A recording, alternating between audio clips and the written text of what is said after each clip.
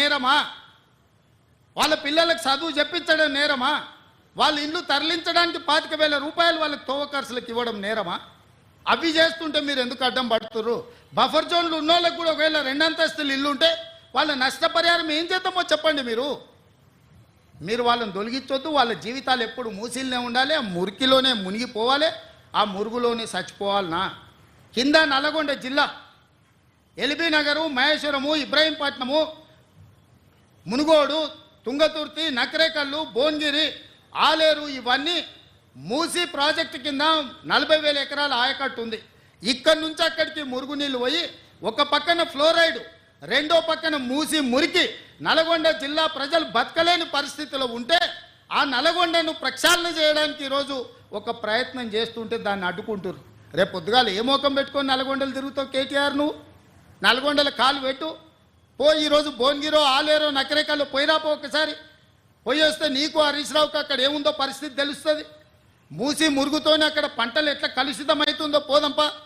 అక్కడ నీళ్లు తాగి పశువులు చచ్చిపోతున్నాయి. అక్కడ పాలు, కూరగాయలు కూడా తినలేని పరిస్థితి ఉన్నాయి. ఆకుకూరలు కూడా ఈ కలుషితమైన నీళ్ళ వల్ల ఎంత కాలుష్యం వచ్చి ఎంత విషంగా మారిందో నల్గొండ జిల్లా. ఈరోజు వాళ్ళు విషం దిగమింగుకొని నల్గొండ ప్రజలు బతుకుతున్నారు. ఇవాళ విషాన్ని దిగమింగుతున్నది నల్గొండ. ఆ నల్గొండను బాగు చేయడాలంటే మూసి ప్రక్షాళన చెయ్యాలి.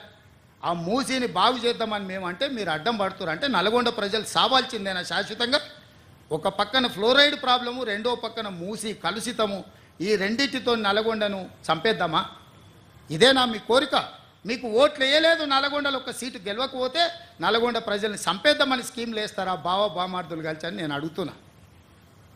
ఇవాళ గతంలో మీరు మాట్లాడిన ప్రజలు సోషల్ మీడియాలో పెడతలేరా? మూసీ గురించి మీరు మాట్లాడలే, అసెంబ్లీలో మీరు మాట్లాడలే, ఆక్రమణల గురించి మీరు మాట్లాడలే. మీరు శాతగానోళ్ళు కాబట్టి మీరు ఒక్క పని చేయలే. ఈ ప్రభుత్వం కొంచెం రాజకీయంగా ఇబ్బంది వచ్చినా ఒక మంచి కార్యక్రమం చేయాలని ముందుకు వస్తున్నాం. దీన్ని ఏ విధంగా ముందుకు తీసుకెళ్తామో మీరు సలహా సూచనలు చేయండి. అంతే తప్ప కిరాయి మూకలు నెంబడేసుకొని మేము అడ్డగోలుగా మాట్లాడతాం, మేము అడ్డుకుంటామంటే ప్రతి ఒక్కడు బుల్డోజర్ నా మీద నుంచి పోవాలి, బుల్డోజర్ నా మీద నుంచి పోవాలంట.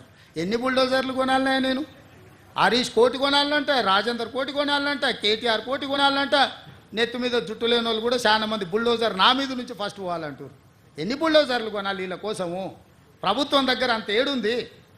అప్పులు చేసిపోయింది కేసీఆర్. వీళ్ళందరి కోసం బుల్డోజర్లు కొనాలంటే లేవు, బుల్డోజర్లు కొనం. మీలాంటి సన్నాసుల కోసం బుల్డోజర్లు అవసరమా? దారుణమే పిచ్చుకుక్క గరిస్తే కూడా సస్తారు మీరు. మీ గురించి నేను ఆలోచన చేయాల్సిన అవసరం ఉందా? కాబట్టి మిత్రులారా, నేను ఇక్కడ ఉండే అధికారుల నుంచి శ్రేణుల వరకు ఒకటే మాట, ఒక మంచి సంకల్పంతో చిత్తశుద్ధితో ఈ కార్యక్రమాన్ని తీసుకున్నాం. రాజకీయంగా నాకు తెలుసు కొంత నష్టం కొంత కష్టం ఉంటుంది. రాజకీయాల కోసం ఈ ప్రాజెక్టును చేపట్టలేదు. ఇవాళ ఆపితే ఈ శ్రీమంతులు అందరూ వచ్చి సంచులు ఇస్తారు. ఆపినోనికి సంచులు ఎట్లా అడ్డం పడడానికి సంచులు తీసుకున్నోనికి తెలుసు సంచుల గురించి. తొలగిస్తే సంచులు ఎవడు ఇస్తాడా? తొలగిస్తే తిట్లు వస్తాయి.